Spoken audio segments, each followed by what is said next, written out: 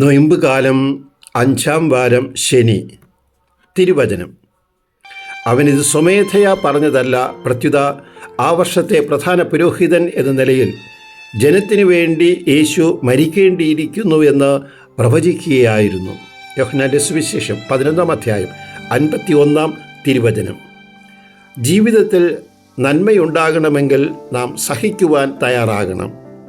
സാമൂഹ്യ പ്രശ്നമാണെങ്കിലും നേതൃത്വം ഏറ്റെടുക്കുവാനും രംഗത്ത് നിന്ന് പ്രവർത്തിക്കുവാനും ഒരാൾ ആദ്യം മുന്നിലോട്ട് വരണം.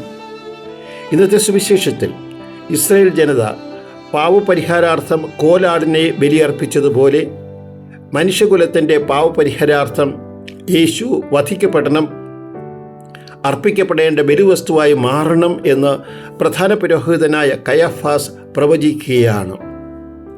അമേരിക്കയിൽ വെളുത്ത വർഗ്ഗക്കാർ കറുത്ത വർഗ്ഗക്കാരെ രണ്ടാം നിര പൗരന്മാരായി കണ്ട് അവരെ പീഡിപ്പിച്ചപ്പോൾ നീതിക്ക് വേണ്ടി പോരാടിയ സ്ത്രീരത്നമാണ് റോസ പാർക്സ്.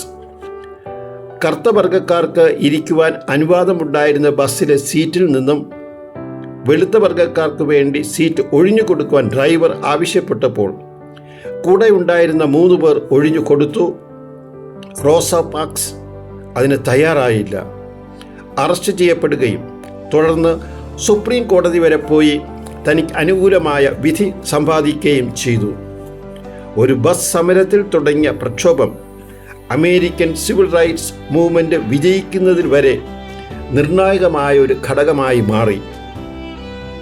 നീതിക്ക് വേണ്ടി നിലപാടുകൾ എടുക്കുവാൻ, രംഗത്ത് നിന്ന് പ്രവർത്തിക്കുവാൻ, എന്ത് ത്യാഗവും സഹിക്കുവാൻ, യേശുവിനെ പോലെ ജീവിതം ഒരു ബലിവസ്തുവായി സമർപ്പിക്കുവാൻ യേശു നമ്മെ ഈ വേളയിൽ സ്നേഹപൂർവ്വം ക്ഷണിക്കുന്നു.